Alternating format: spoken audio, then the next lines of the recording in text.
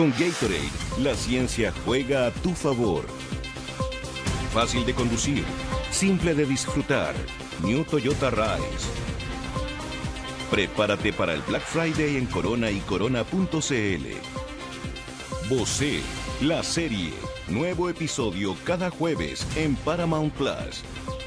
El discípulo del chef. Gran final. Y Pasión prohibida. ¿Podrá el dinero comprar la felicidad? Presentan Chilevisión Noticias. Hola, ¿cómo están? Muy buenas tardes. Bienvenidos a las noticias aquí en Chilevisión. Vamos de inmediato a revisar lo que está ocurriendo con la paralización de camioneros. Se mantiene el bloqueo parcial en algunas rutas mientras el gobierno endurece el tono. Esto por la invocación de la Ley de Seguridad del Estado. Pedro Garrido nos cuenta qué es lo que está ocurriendo hasta ahora. Pedro. Hola, ¿cómo están? Muy buenas tardes. Pasamos a revisar en directo imágenes de nuestro camarógrafo Juan Marín, donde a esta hora este es el ambiente que se está viviendo en la ruta 68 a la altura del Empalme hacia el sector de La Pólvora para ingresar por la parte alta de Valparaíso. Hay al menos 60 camiones que están emplazados justamente en este lugar. Uno de los argumentos que utilizó el gobierno para invocar la Ley de Seguridad Interior del Estado, el anuncio que hizo hace minutos atrás la vicepresidenta Carolina Toa, fue que estaban cortadas las rutas. Los camioneros son enfáticos en señalar, las rutas no son cortadas, está habilitado. Lo único está disminuido, por lo menos acá en la región de Valparaíso. Vehículos de emergencia y vehículos que trasladan principalmente artículos de primera necesidad tienen desplazamiento libre, tal como lo han comentado. Pasemos a revisar justamente las declaraciones de Carolina Toa, quien confirma que el gobierno invocará la Ley de Seguridad Interior del Estado por esta paralización de camioneros del transporte de carga.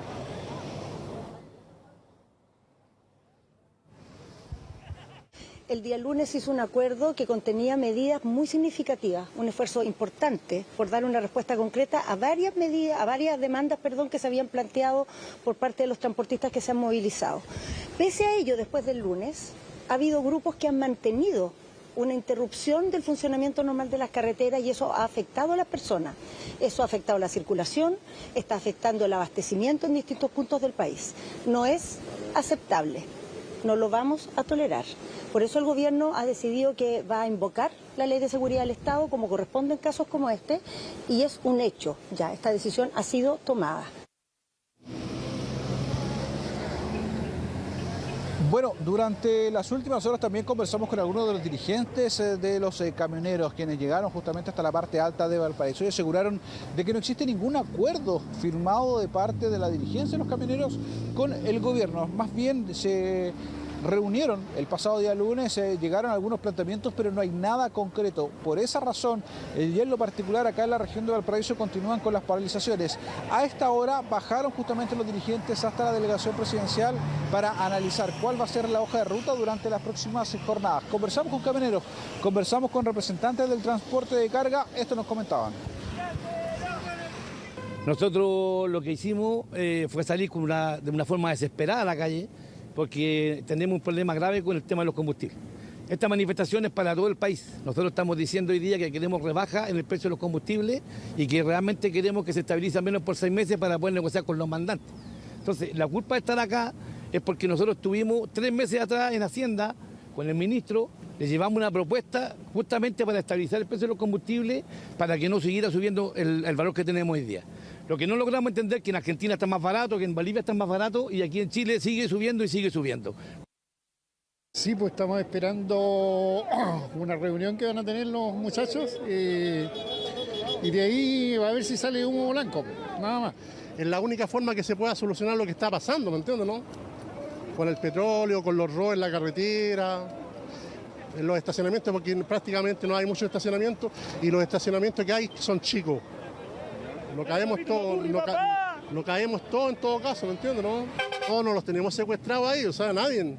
Porque ellos pueden pasar libremente, usted se da cuenta acá que pueden pasar, pero un poquito lento sí. Bueno, Durante la jornada de hoy, acá en la ruta 68 se han producido algunos bloqueos temporales. No duran más allá de 2 minutos, lo que sí conlleva una importante congestión vehicular, teniendo en cuenta de que los camiones de 3 pistas utilizan 2 y existe solo una ruta habilitada para el desplazamiento. Por lo tanto, también se producen los cuellos de botella. De igual forma, aseguran de que no está cortada en su totalidad la ruta y que no descartan radicalizar este movimiento en base a lo que puedan definir los dirigentes en la reunión que se va a sostener durante los próximos minutos en el plan de la ciudad de Valparaíso, específicamente en la delegación presidencial. Claro, seguimos atentos ahí a lo que ocurre en las rutas y también esas conversaciones. Muchas gracias, Pedro, por la información. Muy buenas tardes. El presidente Gabriel Boric inició su gira oficial a México, acompañado ahí de algunos ministros y empresarios y con una agenda más acotada luego que se suspendiera la cumbre de la Alianza del Pacífico. Antonio Ruiz con todos los detalles. Antonio, buenas tardes. Buenas tardes. Sí, continúa la agenda internacional del presidente Gabriel Boric, intensa por estos días. La semana recién pasada, recordarán ustedes, en Bangkok, Tailandia, en el marco de su participación en la cumbre APEC, y ya durante esta semana aterrizó el mandatario durante la noche del día de ayer aquí en Ciudad de México para desarrollar una visita de trabajo intensa que ha comenzado ya durante esta mañana con un desayuno con empresarios mexicanos con intenciones de invertir en nuestro país. Comentaba al aterrizar aquí en Ciudad de México el presidente Gabriel Boric que esta visita busca estrechar los lazos no solo políticos, en un ratito más lo recibe el presidente Andrés Manuel López Obrador, sino también estrechar lazos, por ejemplo, culturales y también económicos. Por eso el sello de esta visita ya durante la mañana, marcado por este encuentro con empresarios mexicanos. Tomó tiempo el presidente, eso sí, para bromear, por ejemplo, con el Mundial de Fútbol. Aquí hay alta expectación por el partido que va a jugar la selección mexicana el próximo día sábado frente a Argentina, y que va a ser decisivo, por cierto, para las aspiraciones de este país en el Mundial, luego del empate ayer 0-0 con Polonia. Como ha sido la tónica hace algunos años, dijo el presidente, Chile va a seguir el Mundial por televisión. Comentarles también que respecto del ámbito cultural, por ejemplo, habló el presidente de distintas bandas, por ejemplo, musicales que en el pasado han venido a tierras aztecas para potenciar, por ejemplo, sus carreras. Habló de La Ley, de Los Prisioneros, de Los Búnker, por ejemplo, y actualmente mencionó a la reconocida cantante Mon Laferte. Pero en temas ya más políticos, el mandatario también hizo un repaso respecto de los distintos procesos que ha vivido nuestro país desde el estallido social, desde el año 2019. Señaló el mandatario, como lo ha dicho en otras oportunidades, que en nuestro país hemos buscado resolver nuestras diferencias con más democracia. Habló de un traspié el mandatario en el plebiscito respecto de las aspiraciones de cambio también, pero ha señalado que las fuerzas políticas también conversan por estos días para arribar a un nuevo proceso constituyente. Pasemos a escuchar parte del diálogo que sostuvo temprano aquí en Ciudad de México el presidente Gabriel Boric con empresarios mexicanos. En la crisis social del 2019 tomamos una decisión que fue difícil en su momento, pero que fue resolver los problemas de nuestro país con más democracia y no con menos. Y en eso todas las fuerzas políticas y también las fuerzas sociales se han ido haciendo parte de ese proceso, que tuvo un traspié democrático importante, que fue el plebiscito. El plebiscito de hace pocos meses, en donde se rechazó la propuesta que la Convención Constitucional le hizo al país. Y sin embargo, hoy día hay plena conciencia, espero, en la gran mayoría de los actores políticos de que Chile necesita una nueva Constitución. Bien, las palabras del presidente Gabriel Boric entonces en este encuentro, en este desayuno con empresarios que marcó su primera actividad aquí en tierras aztecas. Les cuento que en un ratito más el mandatario se traslada al Parque Chapultepec, donde va a depositar una ofrenda floral ahí en el altar de la patria junto a su pareja, Irina Caramanos, quien acompaña también las actividades, y mencionar también que ha sido el debut en sociedad de la nueva embajadora de Chile en México, Beatriz Sánchez, la ex convencional constituyente, incluso candidata presidencial ahí en el pasado del Frente Amplio, quien incluso ya ha recibido, ha presentado, bien digo, las cartas credenciales ante el presidente de México, las cuales ya han sido aceptadas, así que hay beneplácito y Beatriz Sánchez entonces se transforma en la nueva embajadora de nuestro país aquí en México, pese a todas las críticas y cuestionamientos que hubo en su minuto al ser nominada principalmente desde la oposición. Les cuento que el mandatario por la tarde va a tener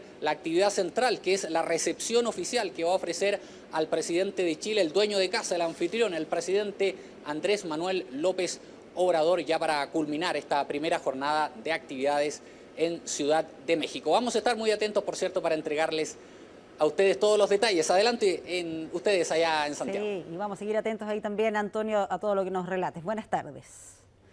Bueno, y el presidente de Metro, Guillermo Muñoz, en compañía de la alcaldesa de Santiago, Iracy Hasler, anunció una serie de cambios respecto de las obras de la estación de la línea 7 que se van a realizar ahí en el Parque Forestal, luego de un acuerdo alcanzado por diversas reuniones sostenidas por las autoridades y también vecinos de la zona. De esta forma, durante la instancia se informó que finalmente no va a existir un pique de construcción y de acceso contemplado originalmente ahí en las inmediaciones del parque, las cuales van a ser trasladadas a uno de los dos sectores que de momento se barajan como opción, una en el sector de Plaza Italia y otra en el sector de Pío Nono. Recordemos ahí que los vecinos, algunos vecinos habían reclamado precisamente por lo que ocurría eventualmente con esos trabajos del metro en el Parque Forestal. Está la duda planteada sobre si estos cambios van a demorar la construcción de la línea 7 o si esto va a involucrar más costos. Escuchamos a las autoridades sobre este tema.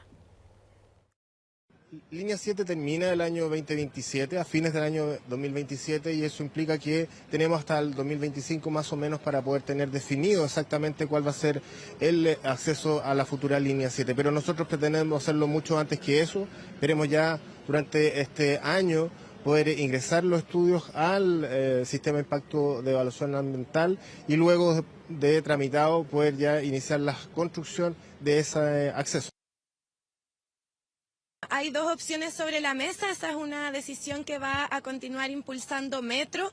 Una opción, como ha señalado el presidente de Metro, es en la Plaza Italia, frente al Teatro de la Universidad de Chile, y otra opción es en nuestra comuna vecina de Recoleta, por Pío Nono, y por tanto es una decisión que va a tener que seguir evaluando Metro. Esperamos también con las comunidades aledañas a esos sectores. Lo que podemos anunciar hoy día es que no va a estar en el Parque Forestal ni el acceso a la estación ni el pique de construcción, y eso nos parece un importante avance. Y en otras informaciones, las autoridades hicieron un balance del plan Calles Protegidas que contempla un plan de fiscalización al transporte público. ¿Cuál fue el balance que se hizo? Javiera Salazar nos cuenta al respecto. Javiera. Claro, buenas tardes, Pati. Como tú lo señalabas, hoy las autoridades del Ministerio de Transporte dieron a conocer algunas cifras respecto a la fiscalización de transporte público, ya sea en la calle como también en los terminales. Dieron a conocer que desde agosto, que han comenzado este programa de calles protegidas, agosto, septiembre y octubre, se han fiscalizado más de 12.000 buses del transporte público. De ellos han sido fiscalizados alrededor de 3.900 que han presentado algunas dificultades. Justamente yo creo que gran parte de la población, en especial en la región metropolitana, ha visto, se ha subido algún bus que se encuentran en mal estado. Ya hemos visto y lo hemos señalado en Televisión Noticias algunos casos donde personas han ido firmadas durmiendo o apoyándose cuerpo justamente en ventanas, y estas lamentablemente han cedido por un viraje de la micro. También hemos conocido otras historias donde las micros se han partido a la mitad, justamente estas que son o se les llaman cuncunas. Es por eso que hoy día, hace poco, recibimos una nueva denuncia por un pasajero que se subió a una de las micros. Podemos ver en imágenes en vivo estas imágenes que él grabó. Justamente la ventana se encontraba bastante suelta. Él nos comentaba que comenzó el recorrido donde vive, en la comuna de La Florida, y terminó su recorrido en el lugar de trabajo en Las Condes, y mientras más pasaba, el vidrio más se soltaba. Pasamos a escuchar entonces la opinión y la declaración de lo que tuvo que vivir esta persona en su horario laboral. A mitad de camino el ventanal me di cuenta que iba ya un poco suelto, y a medida que íbamos llegando hacia Las Condes se empezó a soltar mucho más. Cuando iba pasando por algunas calles en mal estado o por Lomo de Toros, se iba soltando mucho más, hasta que ya llegando al Alto Las Condes el ventanal ya iba casi por la mitad afuera. Y cuando yo llegué al Alto Las Condes le mencioné al chofer que tuviera ojo con el ventanal, y él se bajó y le sacó una foto también al ventanal. Pero ya son pocas las micros de las nuevas, de las micros rojas. Cotidianamente acá vivimos con las micros ya en mal estado, entonces se hace muy difícil subirse a una micro con confianza. Claro, una impresión que no solamente esta persona tiene, varias personas de comunas un poco más periféricas de la zona de la región metropolitana han señalado que a sus comunas lamentablemente no llegan estas micros que hemos conocido del sistema red, que son las micros eléctricas que generalmente vienen más o menos nuevas, por ende su rendimiento es mucho mejor. De hecho, de estos 3.900 casos de buses que se encontraban en mal estado, el 75% de ellos son buses que ya son bastante añosos. Por ende, son estos los principales buses que se encuentran en mal servicio y que los fiscalizadores en calle y también en terminales de buses están tratando de fiscalizar y dejar los que se encuentran en mal estado fuera de circulación. Pasemos a escuchar entonces las palabras de las autoridades ministeriales respecto al transporte. Nos preocupa que todos los vehículos estén en buenas condiciones para poder operar, que signifiquen un espacio de seguridad para quienes conducen, para quienes van al interior de los vehículos, para quienes se encuentran e interactúan con esos vehículos en cada una de las calles, peatones, ciclistas. Los buses presentan algún tipo de anomalía, lo que exige, en el caso en terreno, ¿no es cierto?, poder eventualmente pasar una multa, en algunos casos retirar buses de circulación y también al mismo tiempo en terminales impedir que esos buses salgan a circulación, exigiendo al operador que cambie el bus para poder circular hasta que el bus no presente un buen estado. Un 75% de fallas los presentan los buses más antiguos. El 25% restante es aquellos de buses que son renovados. Pero fíjense ustedes un dato más importante aún. Solo 2% de los buses eléctricos nuevos ingresados al sistema presentan algún tipo de desperfecto menor. Eso pone el foco en la renovación de buses, que durante estos mismos trimestres hemos podido conseguir que nuevos 400 buses estén circulando por las calles de la ciudad de Santiago. Okay.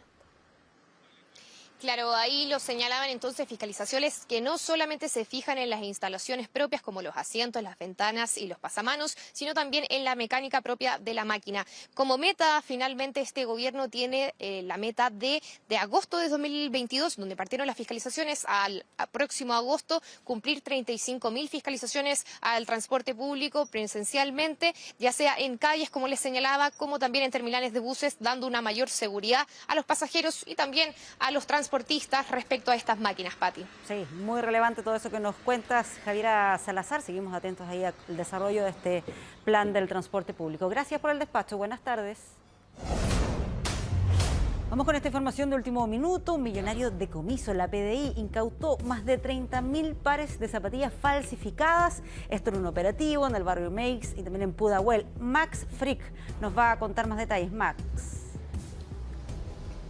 Hola Pati, muy buenas tardes. Sí, información que vamos a estar ampliando un poquito más adelante porque vamos a partir con un robo frustrado precisamente por un funcionario de la PDI, un asistente policial que había ido hasta un banco en Conchalí a retirar una alta suma de dinero que aún no se ha especificado cuánto dinero es y aparentemente fue seguido por delincuentes desde ese banco hasta calle Cacique Chileno con Melina acá en la comuna de Huechuraba, en donde venía llegando a un domicilio, es abordado por un grupo de sujetos y realiza varios disparos. Carlos Jaramillo nos estaba mostrando en vivo los peritajes que está realizando Carabineros y también la Policía de Investigaciones, incluso los casquillos de las balas percutadas por este funcionario policial que usó su arma de servicio en legítima defensa para repeler a este asalto. Hasta el momento no se sabe si hay personas lesionadas, esa es información en desarrollo y que seguramente vamos a estar corroborando cuando se entregue la información oficial acá en la comuna de Huechuraba. No sabemos si la Fiscalía Metropolitana Centro Norte va a determinar que por haber un funcionario de la Policía de Investigaciones involucrado investigue Carabineros o va a ser la propia Brigada de Robos de la PDI la que realice los peritajes acá en la comuna de Huechuraba, en donde se presume incluso que algunos de los sujetos que intentaron quitarle el dinero en efectivo a este funcionario policial podrían haber resultado lesionados. Viene caminando un capitán hacia acá, vamos a ver si podemos conversar con él. Capitán, ¿cómo está? Buenos días, buenas tardes. No sé si podrá entregarnos algún tipo de información, Pati, de lo que se está desarrollando en estos momentos, porque incluso ha llegado gran contingente de la Policía de Investigaciones hasta acá para poder ver cuál es el estado del funcionario policial, que es un asistente policial. Son las personas que no son oficiales de línea de la PDI, sino que son personas que cumplen una labor como lo hacen Carabineros los oficiales. Así que es una persona que igual está facultada para el porte de armas de fuego y en este caso fue bastante efectivo. Este es un condominio, por lo tanto acá también primó la pericia de este funcionario policial a la hora de utilizar su arma, porque hay muchas personas en este lugar y afortunadamente nadie de acá del condominio resultó lesionado. Es un hecho que se viene repitiendo habitualmente y que lo estamos informando, Pati, generalmente en nuestras ediciones de Televisión Noticias Tarde, estas denominadas salidas de banco en donde presuntamente este funcionario policial fue marcado dentro de la sucursal bancaria por un tercero que compone esta banda y que posteriormente le dio la información a través de una llamada telefónica o un mensaje de WhatsApp al resto de la banda que lo siguió hasta acá. Incluso el vehículo está detenido todavía ahí, probablemente ese debe ser, presumimos nosotros, el vehículo en el cual venía este funcionario policial, información que seguramente será corroborada en los próximos minutos, ya sea por Carabineros o por la propia Policía de Investigaciones. Tenemos la presunción que algunas de esas personas que están conversando en el fondo, que se ve en el fondo de la imagen que está emitiendo Carlos Jaramillo, puede ser este funcionario policial que repelió a disparos, más de 10 disparos en contra de estos delincuentes que trataron de quitarle el dinero que había girado desde la sucursal bancaria. No sé si vamos a cambiar ahora de información y podemos irnos efectivamente a lo que tú estabas presentando en el comienzo de este despacho, que, bueno, vamos a seguir con este tema que está en desarrollo acá, Pati, en la comuna de Huechuraba. Claro, estamos ahí pendientes de lo que está ocurriendo con esa información, antes que tú nos des el detalle de los otros temas, pero claro, vemos ahí todo el operativo que se está desarrollando. Todavía no hay ninguna posibilidad de conversar con nadie, ni tampoco conocer más antecedentes, ¿no, Max? No, porque esto está muy reciente, ocurrió hace aproximadamente 20 a 30 minutos y seguramente tanto Carabineros como la Policía de Investigaciones están tratando de recabar la información para entregar de la forma más precisa posible o relatar de la forma más precisa posible los hechos que ocurrieron acá. Lo que nos ratifican ahora es que este funcionario asistente policial de la PDI iba en compañía de su madre. Aparentemente había acompañado a su madre a girar este dinero a esta sucursal bancaria en Conchalí, precisamente teniendo en cuenta el riesgo de girar altas sumas de dinero en efectivo. Lo hemos dicho muchas veces que si es extremadamente necesario hacer... Mira, acá hay una persona que le llegó un disparo. Hola, ¿cómo está, caballero? Buenas tardes, ¿cuál es su nombre? Carlos Martínez. Carlos, ¿usted le llegó un disparo? No, a mí no, a mi departamento. ¿En el departamento? ¿De qué tipo de bala? Enfrente, no sé qué bala es. Tengo idea, tengo las fotos solamente. Ah, ¿tiene las fotos? ¿Nos puede mostrar las fotos? Sí, por supuesto. ¿Usted trabaja ahí? No, yo vivo ahí. ¿Vive ahí? Oiga, muy peligroso. ¿Y por dónde ingresó la bala? De afuera hacia adentro, de la calle Fontova hacia adentro. ¿Pero por una ventana? ¿Por dónde? Por la ventana del baño. Ahí está la foto. Ahí Carlos nos va a mostrar la foto. No sé si la podemos ampliar un poquito. Es el interior. Y la foto... Claro, la bala está ahí. Es una bala que está incrustada en la ventana, Pati. Mira, una persona que se salvó de milagro acá con su esposa, que estaban dentro del departamento. Así que vamos a ver, Pati, si nos pueden esperar un poquito para seguir conversando acá con esta persona que se salvó de milagro de recibir un disparo. Claro, para que puedas tú seguir reporteando, vamos a hacer una pausa y vamos a regresar de inmediato con esta y otras informaciones, Max.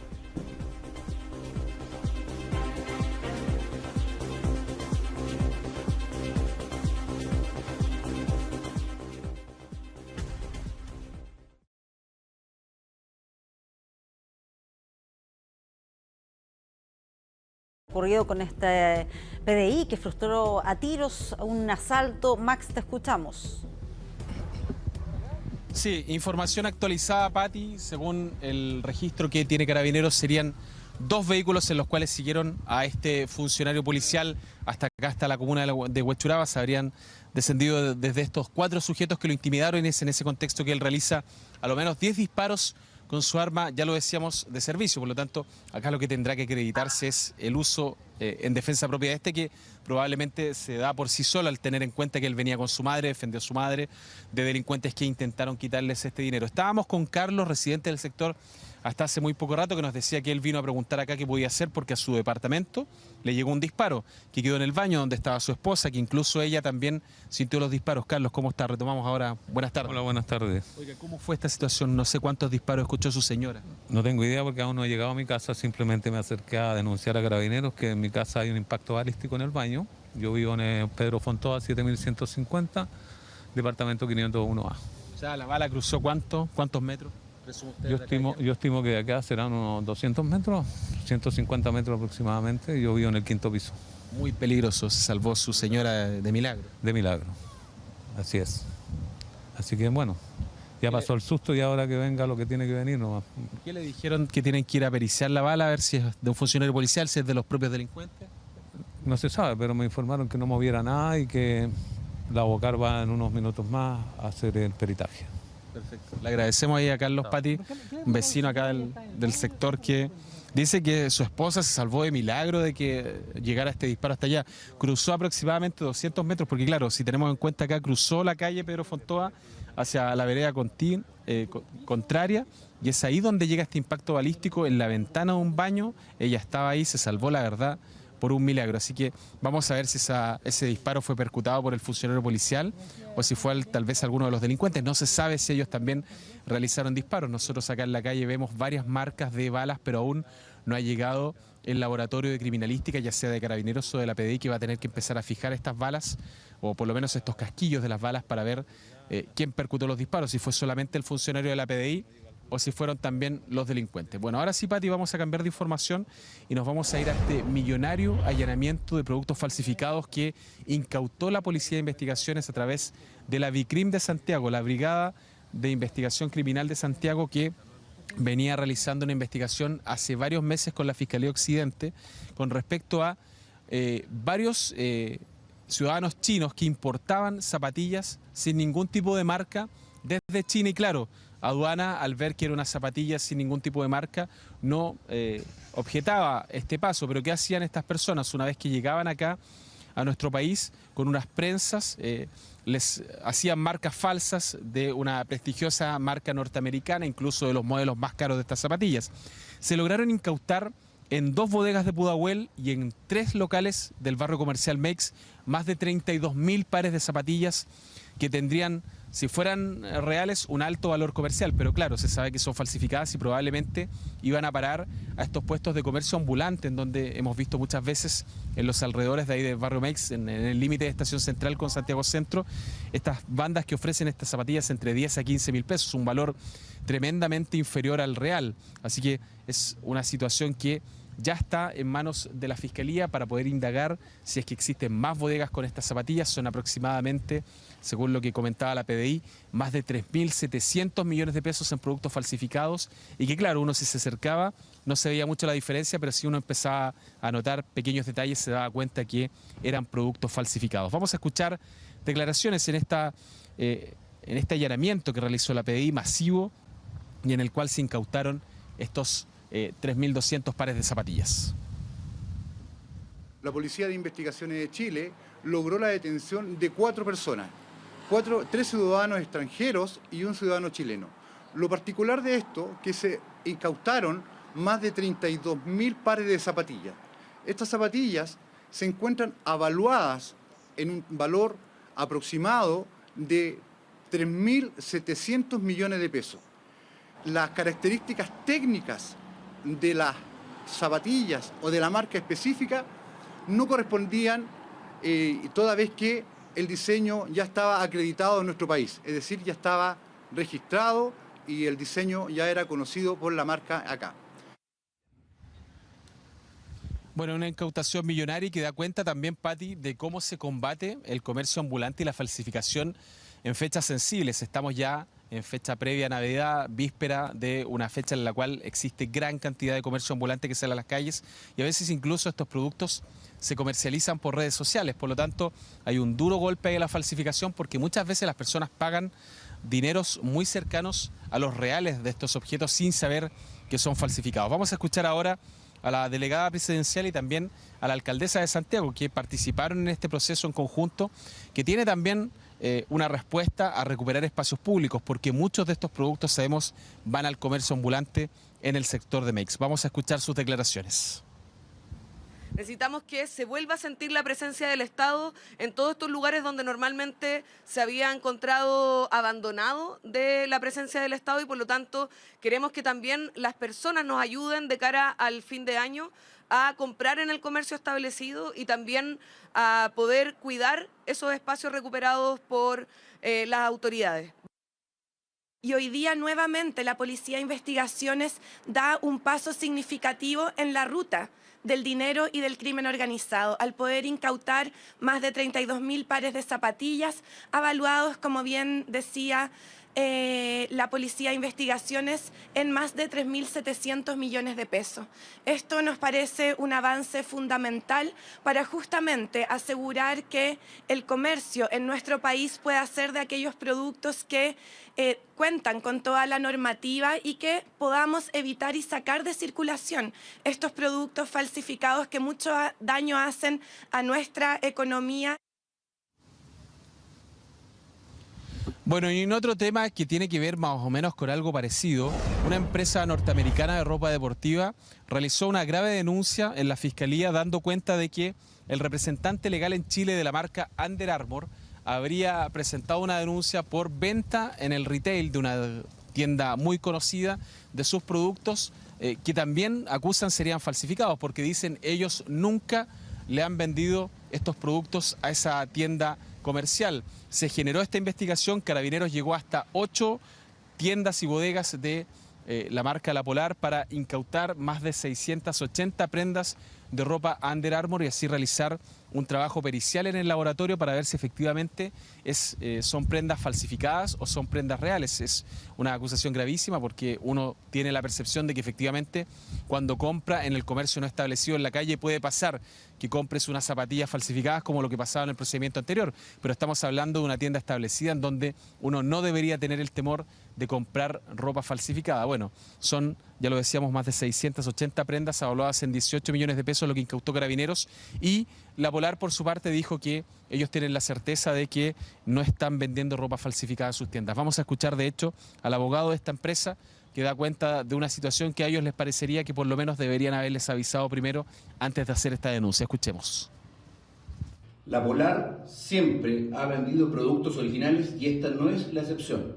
En este caso en particular nos preocupa que nadie nos haya contactado para validar este tipo de información y a su vez lanzar imputaciones o calificaciones respecto de La Polar en los medios respecto de mercadería que es totalmente legítima. Esto es un asunto de carácter comercial y que será resuelto de tal manera y finalmente La Polar ratifica su pleno interés y plena disposición para colaborar con la Fiscalía para entregar información que sea pertinente y así dar una solución y aclarar estas imputaciones que se le han hecho a La Polar.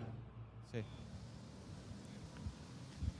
Bueno, es un hecho sumamente grave porque daría cuenta de que hay una concesión que fue ganada por una empresa chilena que tiene la exclusividad de importar ropa Under Armour y distribuirla en las distintas tiendas de nuestro país y ellos acusan de que esta tienda en particular, La Polar, no le habría comprado productos a ellos, por eso ellos presumen que esta podría ser de origen ilícito o falsificado. Va a haber que determinar eso, cómo llegaron estas prendas que no serían de el importador establecido legalmente acá en Chile para comercializar esa marca. Vamos a escuchar lo que dijo el CERNAC y también lo que nos dijeron desde la Cámara Nacional de Comercio. Y lo que en todo caso importa de cara al consumidor final es si esos productos son auténticos y fueron vendidos como tales o son falsificados. Si se llega a la conclusión de que esos productos son auténticos, más allá de cuál es el origen de esos productos en términos de dónde fueron adquiridos por La Polar, bueno, evidentemente se estaría cautelando allí la expectativa de los consumidores en el sentido que compraron un producto auténtico, por lo tanto no habría problema. Es tremendamente doloroso ver cómo el fenómeno de la informalidad ha llegado también al comercio establecido.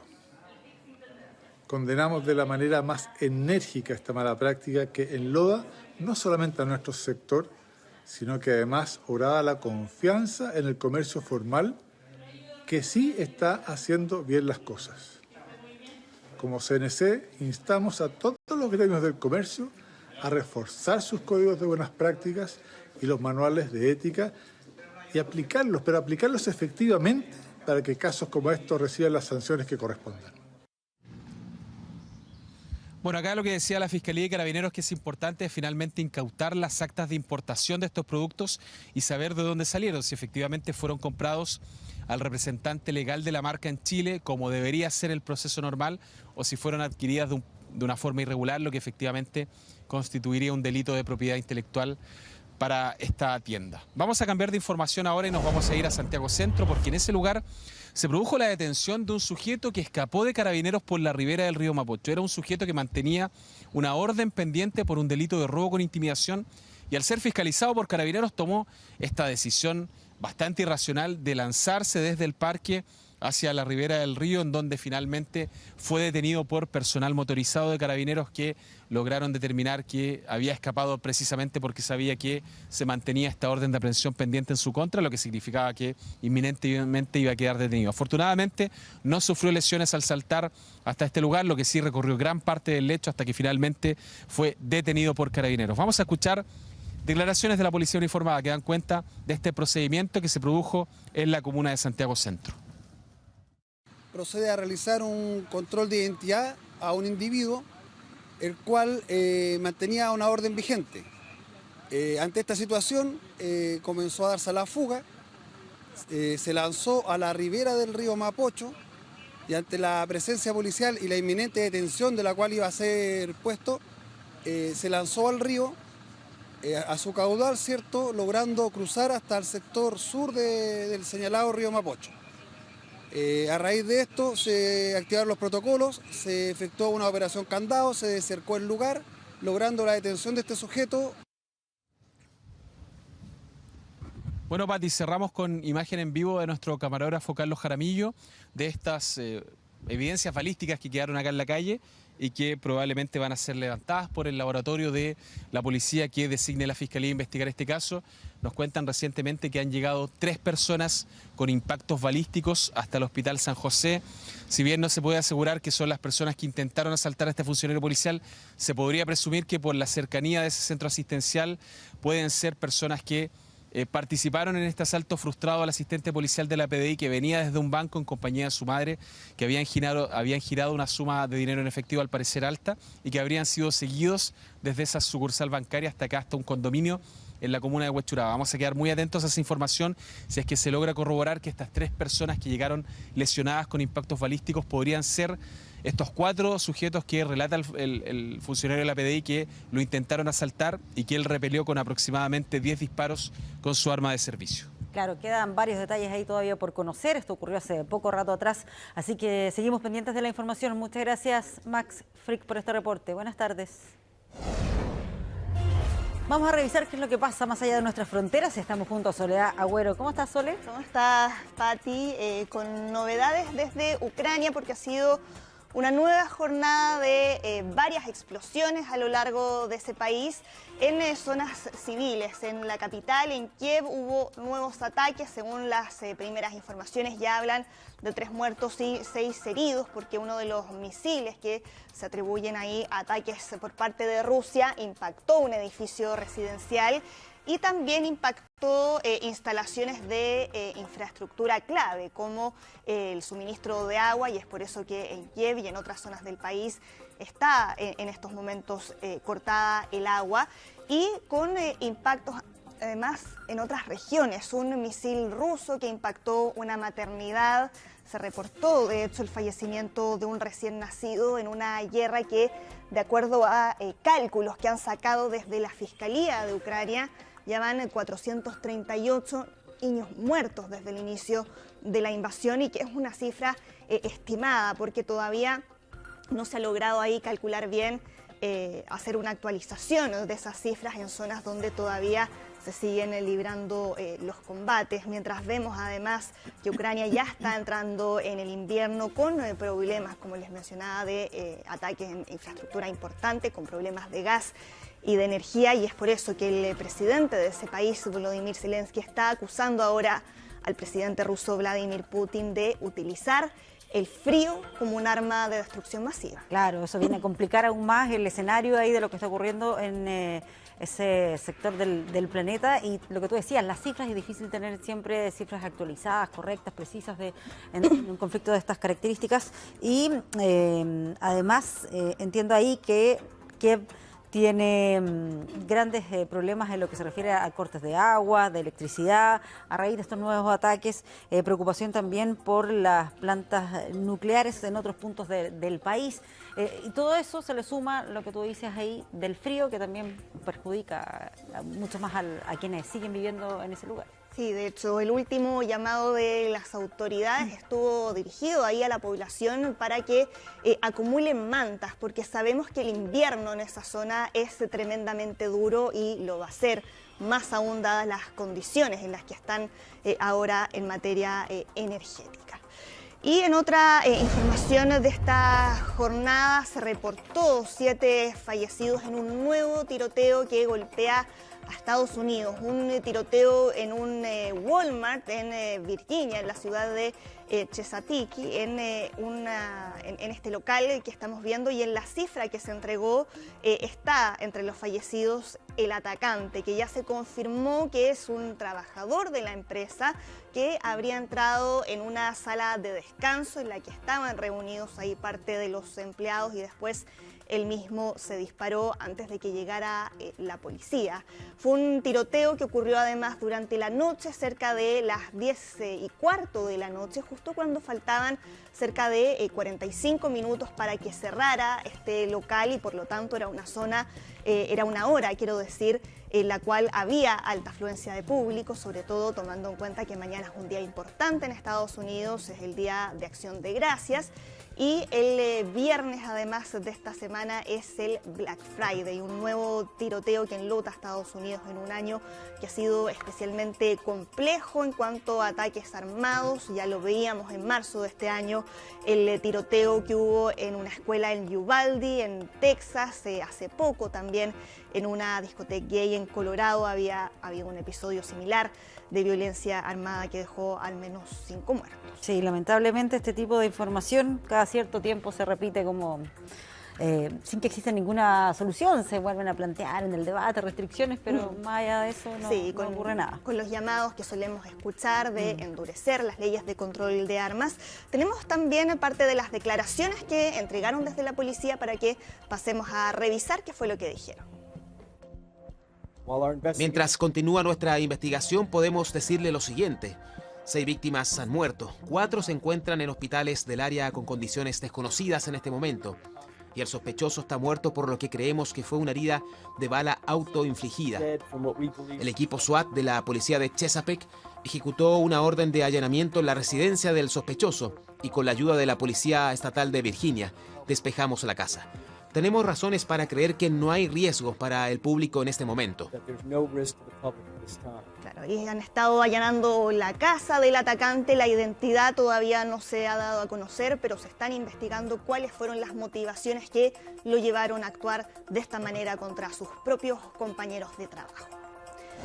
Sigamos ahora en Jerusalén, porque se registraron 2 explosiones en zonas distintas de esa ciudad y que dejaron un muerto y 14 heridos. Estamos viendo ahí el registro del momento exacto en que ocurre una de estas explosiones, y que se da además a una hora donde había mucha gente circulando ahí por la carretera. Esta es una zona que suele estar llena de gente, y son los primeros ataques con bombas sobre civiles israelíes en años. Este era un modus operandi que habíamos visto durante la segunda intifada entre el año 2000 y 2005, por lo tanto ha transcurrido mucho tiempo desde que había ocurrido un hecho similar.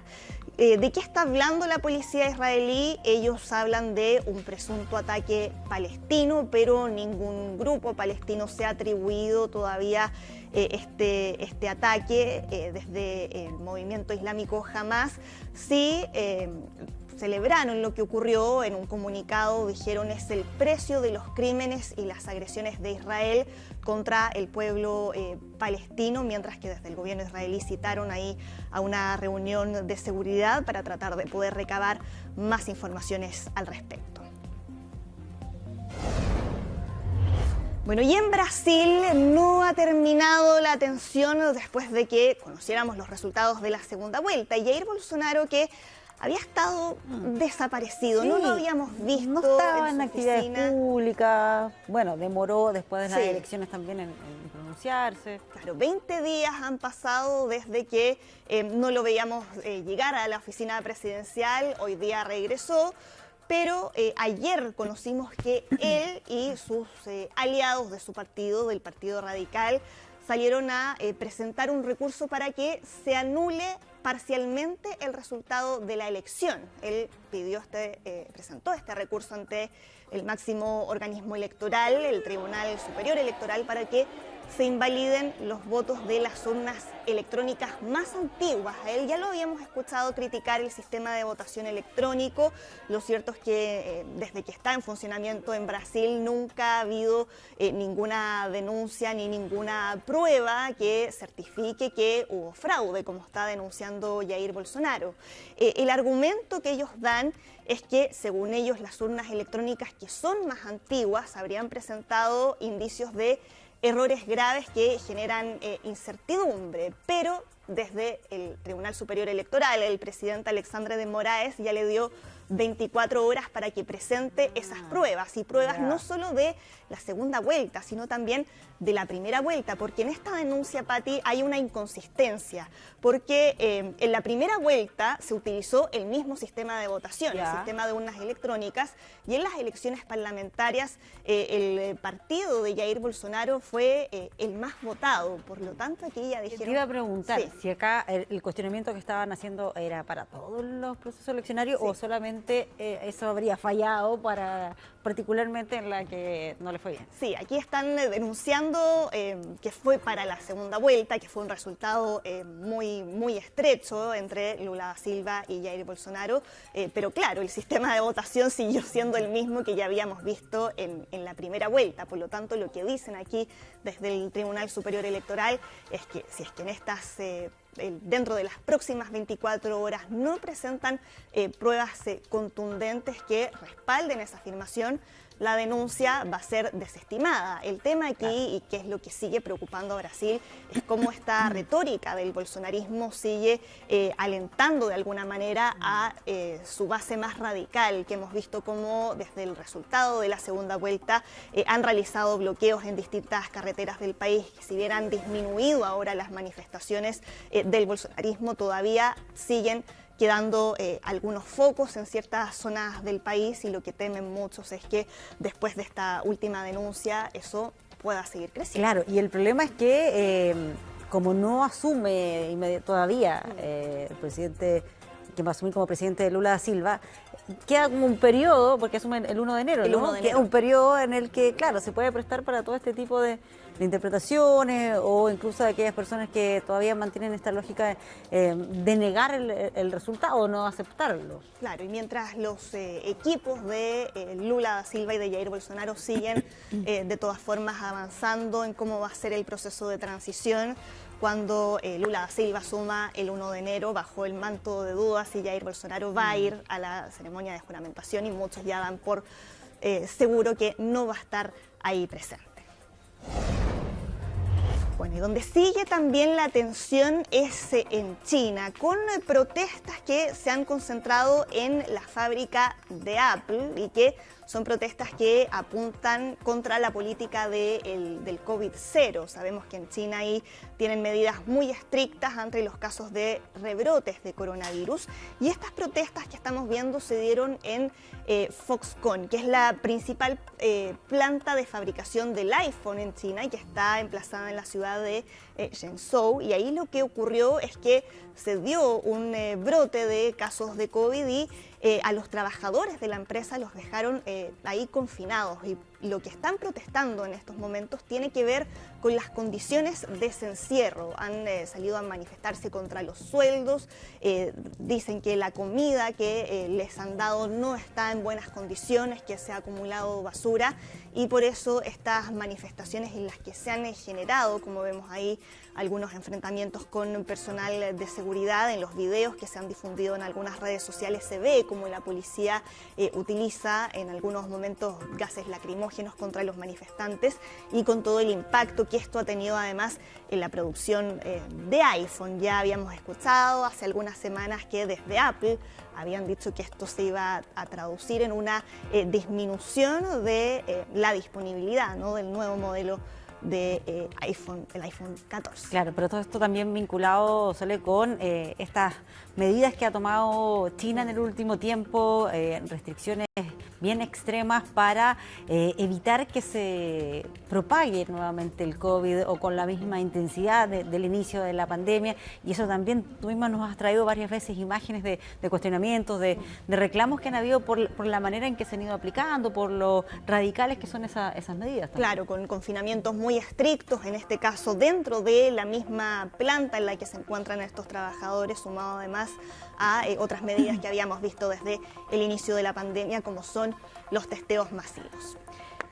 Yo les había mencionado que mañana es una fecha importante para los estadounidenses porque ya se están preparando para el Día de Acción de Gracias. Y aquí donde están sacando cuentas alegres son en las aerolíneas y los aeropuertos, porque están preparándose para que aumente el número de pasajeros durante ese feriado y esperan que junto a todo eso la cantidad de viajeros alcance su nivel más alto en 3 años, y eso significa además una recuperación importante para un sector que se había visto muy golpeado después de la pandemia. Y las cifras que manejan es que esperan que el traslado de 55 millones de estadounidenses se concrete durante estas fechas, ya sea a través de la vía aérea y también en las carreteras y en las estaciones de trenes. Y el cálculo es que los viajes se van a recuperar a aproximadamente el 99% de los niveles de 2019, es decir, el último año antes de que se iniciara la pandemia. Vamos a volver a China con este registro inédito, que es una imagen de la superficie del Sol y que fue producida por una cámara de rayos X que se llama Hard X-Ray Imager y que fue captada por el satélite, un satélite chino que se llama Huafu 1 y con su observatorio solar avanzado espacial, que es lo que permitió poder captar el registro que veíamos en la primera imagen, que es una imagen que es única en su tipo, disponible en todo el mundo. Y lo que se veía ahí en esa fotografía es el fenómeno de la llamarada solar, que es uno de los 2 fenómenos de erupción que se considera los fenómenos de erupción más intensos del Sol y que ahí pueden liberar ráfagas de energía en muy poco tiempo. Y esta erupción se captó hace algunos días, el 11 de noviembre de este año, y se produjo después de que el observatorio del satélite hubiera estado encendido durante 20 días. Oye, y hay aquí como cierta competencia también por estas fotografías. Estaba viendo acá la NASA hace poco también había presentado fotografías del Sol, puede que como ocurría en el pasado también con lo que tiene que ver con este tipo de imágenes, ¿quién capta una imagen más precisa o inédita? Sí, ya hemos visto cómo el espacio se ha vuelto ahí un escenario de competencia entre las distintas potencias. Es un tema que tiene ahí mucho de geopolítico, no solo a la hora de competir por publicar estas imágenes, sino también a la hora de alcanzar otros objetivos más ambiciosos que ya hemos estado comentando, los intentos tanto de la NASA como de China por llevar misiones tripuladas a la Luna o a Marte. Tiene una carrera en la que se han visto también ahora involucrados actores privados, ¿no?